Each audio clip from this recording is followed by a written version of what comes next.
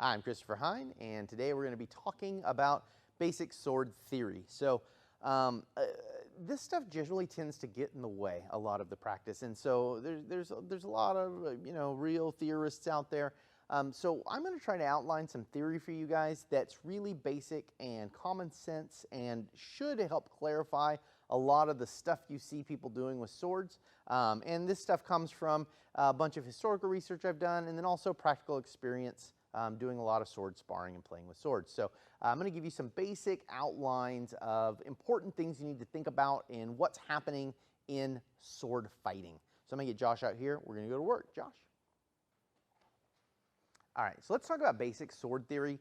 And I'm not going to load you down with a bunch of weird historical references or give you any kind of dogmatic approach. I'm basically just going to explain how I think about sword fighting, or honestly, any kind of weapon-on-weapon situation, and what's going on with that. And I think I can make it real simple for you.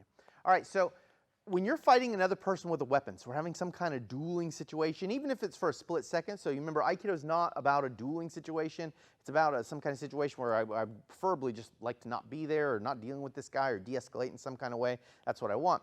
But we're in a dueling situation, at least for a split second. And what's happening in that dueling situation? All right, now, if Josh is just on guard here, okay, and I just say, I want to hit him, that's it, right? My only thought is, I want to hit him.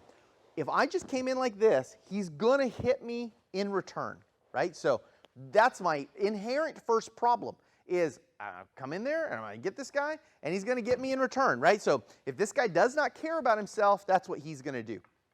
Okay, now that is also always balanced by the fact that I can make the assumption generally that he's more interested in protecting himself than he is in hurting me. Now, I'm sure he's interested in hurting me, but secondary to protecting himself. So I often can get away with attacking on this line because he's probably going to remove his weapon to defend himself, right? So that kind of thing happens. All right, now, both of those situations for me as a weapon user against this guy are bad situations. One, I get hurt in, so that's no good for me. And two, I have an unsuccessful attack, because he owns the center line, right? So like right now he owns it. I own mine too, but he owns his over in his space. So it means if I attempt to attack in there, he's either going to hit me or he's going to defend what I'm throwing my shot into. So I don't want either one of those two things to happen. So I'm always going to find a way to attack him that doesn't involve that. So I want to find some kind of awesome way to attack him that doesn't involve that. So what can I do? Well, I could either wait for him to do something, right? So he could like wind up his sword or something. Now his sword's over there. This might be an ideal time to attack, okay? I could move myself to a better place. So if I moved over here and he didn't move his defense over here, then this is good. This is the kind of way I could attack him. Or I could remove whatever's defending him from the space, right? So I can somehow move that out. These are the basic ways I'm going to set up my initial attack. And if I'm doing anything with my initial attack other than some way to break down his defenses, I'm not doing my job, okay? Now, there's all kinds of things. I could shout at this guy or kick dirt in his face. Who knows? There's all kinds of ways I could possibly do it.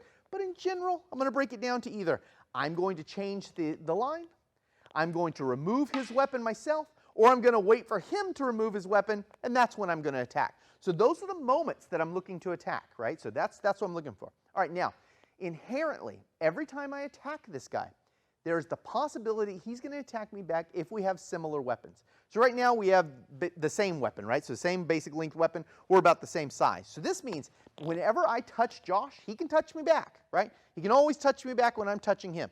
So that means that if he has at least a split second before he dies or gets blown away or cut in half or whatever I do, he's going to return shot on me. So that means every time I attack him, I'm also planning my defense in the attack. And if I'm not doing that, then I'm not preserving myself when I'm attacking him. So it means I have to figure out some clever way that I'm going to defend whatever it is he throws next after I attack. That doesn't mean he's going to throw it. It just means that I've got to be prepared for it. There are two major ways I'm going to do that. One is I'm going to try and land a shot that is distanced in such a way that he doesn't have an easy return to attack. So for example, if I come out to a line like this, if he goes high to my head, you see my sword's in the way. If he goes low to my body, the angle I've chosen is protecting me from his sword. So I can distance myself, use an angle to attack in such a way that he can't immediately easily return attack. We're going to get to what easily return attack means in a second, but that's one of the ways I'm going to do it, is I'm going to make an angle in order to do that. Okay, so other than distancing, another tool I'm going to use a lot is opposition. And opposition means that whenever I make an attack, my sword is immediately ready to go into a defensive action. Ideally, I would like to always use my sword in a way that it's already in a defended action. Let me show you what I mean with that with a thrust. When I drive my sword in with a thrust, my sword's already in contact with his, which means whatever he does with his sword, my sword can stick to it and gives me instant opposition. It can oppose his sword. Another real simple example of that is if I was on this angular line here that I was on before here, and I'm at the wrong distance. So right now you can see if he brings it in, I'm at the wrong distance, okay?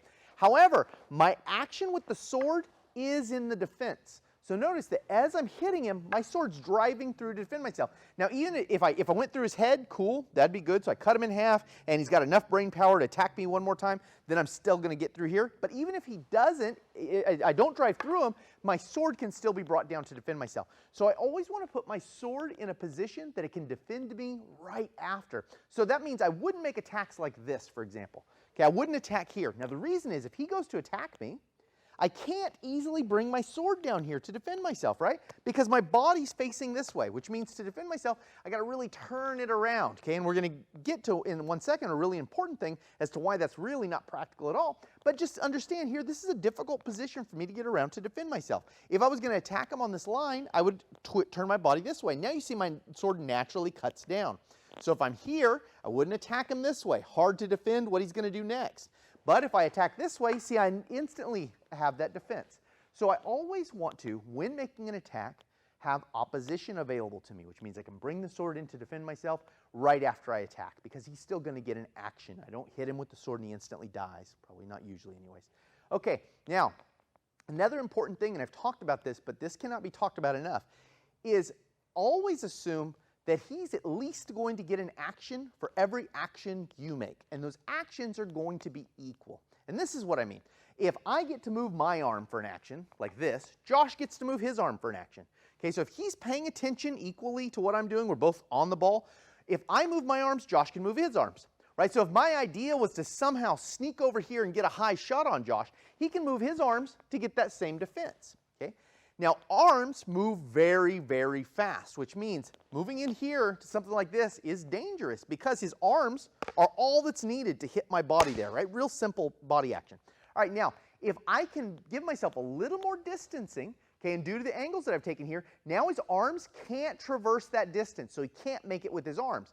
But he still could make it with his body if he leans forward. He did it with his foot there, but there, he does it with his body. Okay, so let's look at that again. He comes in, bang. He's easily able to whack. So he can come in here and you see he can hit my body in there, right? So all he's doing is having to lean forward just a little bit, and he does that.